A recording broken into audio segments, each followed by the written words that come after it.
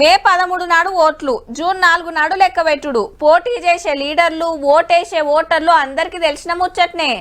ఇంత టైం దగ్గర పడుతుంది. పబ్లిక్లకు పోవాలే, ప్రచారం జోరు పెంచాలే. ఎవ్వరు ఇలా కళాలు చెమట తీస్తున్నారు. కానీ పార్టీ పెద్దలు వచ్చి మీటింగ్లు పెడితే క్యాడర్కు ఇంకింత హుషారు వస్తుంది, పార్టీకి పటార పెరుగుతుంది. కడమ పార్టీల ముచ్చట వెనక చూద్దాం. కానీ సీఎం రేవంత్ రెడ్డి సార్ అయితే నియోజకవర్గాలకు మునుం పెట్టిండు. చూద్దాం పాండ్రి ఇవాళ మైబాద్ మీటింగ్ ఎట్లెట్లా నడిచిందో. మానుకోట జనజాతర మీటింగ్ కు మస్తు మంది వచ్చిండ్రు. మైబాద్ ఎంపీగా బలరాం నాయక్ గారిని పార్లమెంట్ కు పంపాలని కోరి బీఆర్ఎస్ బీజేపీ కలిసి తెలంగాణకు అన్యాయం చేసినాయని గర్వమైండు సీఎం సారు. ఇవాళ ఇక్కడున్న కేడీకి మద్దతు పలికింది మోడీ కదా.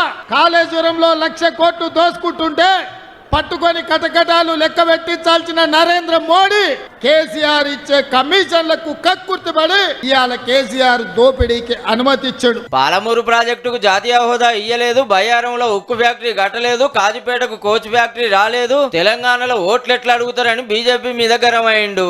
కాజీపేటకు మంజూరు చేసిన రైల్వే కోచ్ ఫ్యాక్టరీ లాతూర్ కు తరలించుకొని పోయిండు.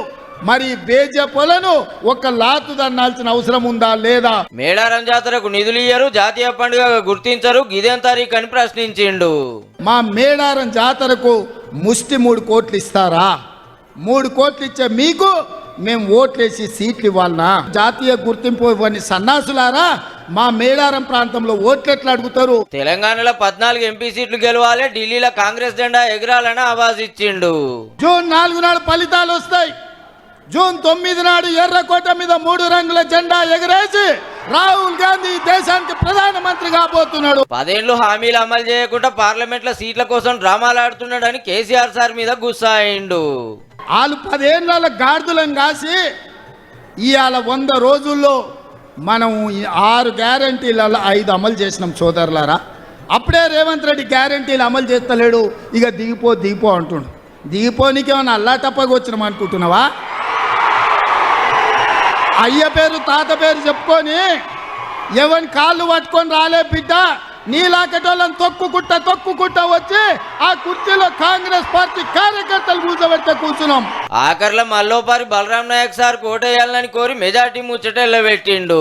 ఖమ్మం ఖమ్మం అభ్యర్థికి ఎక్కువ ఇస్తారా? మహబూబాబాద్ వాళ్ళు మహబూబాబాద్ బలరాం నాయక్ ఎక్కువ ఇస్తారా? ఇక మీరే డిసైడ్ చేసుకోరు. మా బలరాం నాయకునే మొదటి ర్యాంకులో ఈ పరీక్షలో గెలిపించండి అని నేను అడుగుతున్నా.